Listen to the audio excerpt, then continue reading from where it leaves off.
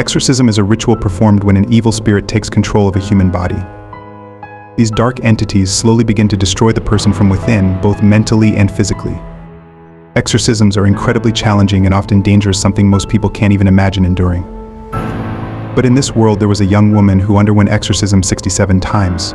Why? Because she believed she was possessed by 6 evil spirits. Her ordeal began when she was just 23 years old. These spirits didn't just control her, they tortured her. They wouldn't let her eat, and over time, her body wasted away. Her weight dropped to just 30 to 32 kilograms. On your screen, you see a picture of Anneliese Michel. She looks like any ordinary young woman. But take a moment to think, what could she have gone through? What kind of pain and suffering could have left such a mark on her life? Before we begin, I must warn you, this is not a story for the faint of heart. I strongly advise against watching this at night or if you have a sensitive nature. This video delves into the terrifying, unimaginable experiences of a young woman.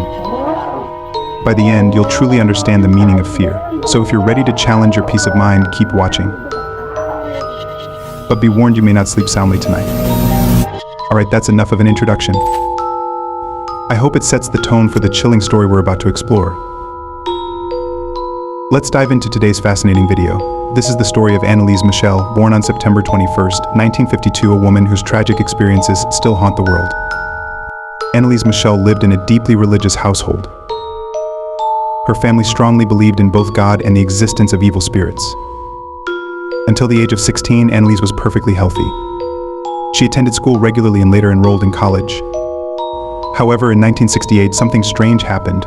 One day, she started behaving in an unusual way, doing bizarre, unexplainable things and staring aggressively at random objects. Over time, she began fainting frequently, and her behavior changed drastically. Her family, friends, and relatives grew increasingly concerned and upset by her condition. After multiple doctor visits and thorough examinations, she was diagnosed with temporal lobe epilepsy, a neurological condition. This chronic brain disorder causes recurrent seizures, which are sudden bursts of abnormal brain activity leading to involuntary movements or actions. For the next 5 years, Anneliese underwent continuous medical treatment, but nothing seemed to help.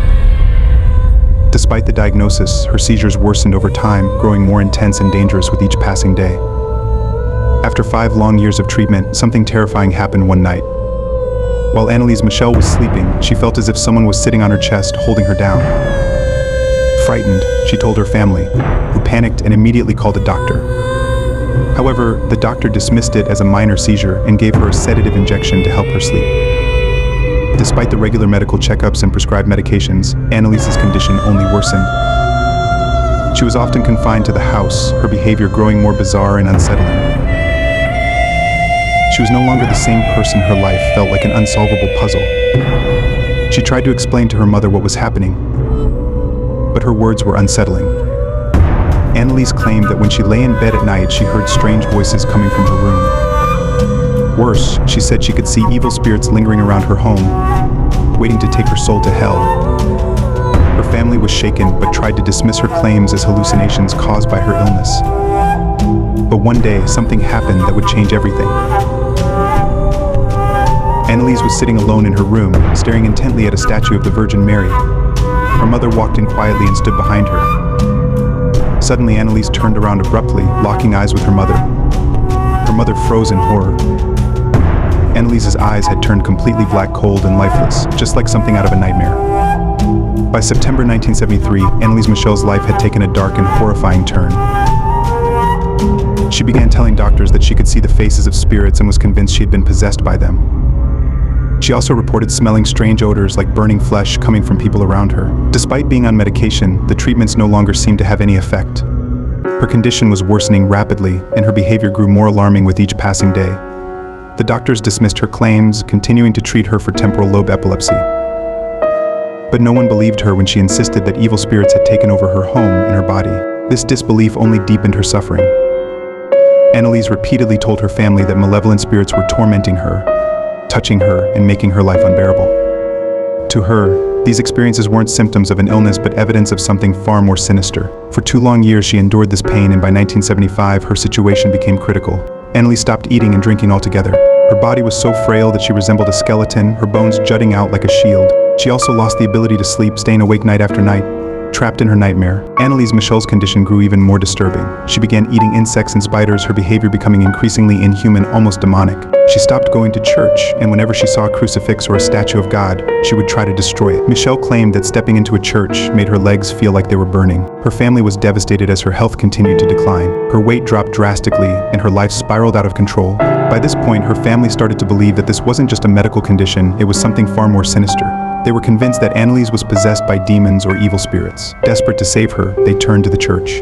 Their only hope was an exorcism. They contacted an astrologer from the church, a man who assisted priests during exorcisms. When the astrologer arrived at their home, he was met with a chilling sight. Annelise was lying on the floor in an unnatural state. The moment she saw him, she began urinating on the floor. What happened next was even more shocking. She started drinking her own urine right in front of him. The astrologer was horrified. It was clear to him that this wasn't just a medical issue, something truly evil was at work within Annelise. After witnessing Annelise's horrifying behavior, the astrologer reported everything to Father Joseph Stengel of the Catholic Church. Deeply disturbed by the account, Father Stengel decided to take action. He arrived at the Michel family home with a fellow priest, ready to begin the exorcism.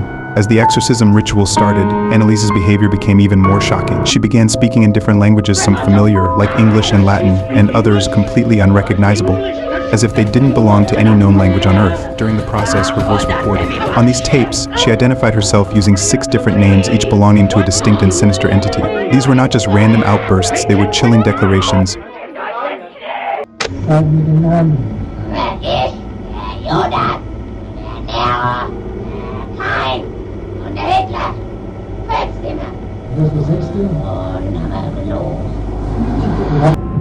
Leaving no doubt that Annelise was battling something far beyond human comprehension. Anneliese Michel believed that the spirits tormenting her were waiting to take her soul to hell. Her condition worsened as she completely stopped eating and drinking. Her frail body could no longer endure the strain of the horrifying exorcisms.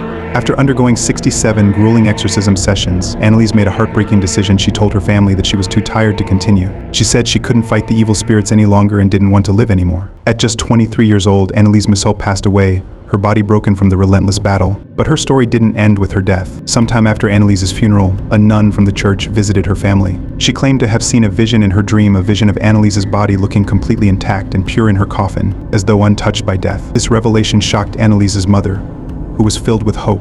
She urgently convinced others to exhume her daughter's body to see if the nun's vision was true. However, when the coffin was opened, the reality was devastating. Annelise's body had decayed, just like any other person's. The nun's dream, it seemed, had been false.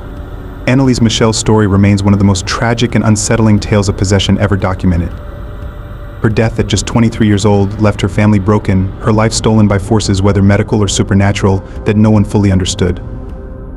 For her family, the exhumation of her body was the last thread of hope, a desperate wish to find a miracle amidst the tragedy.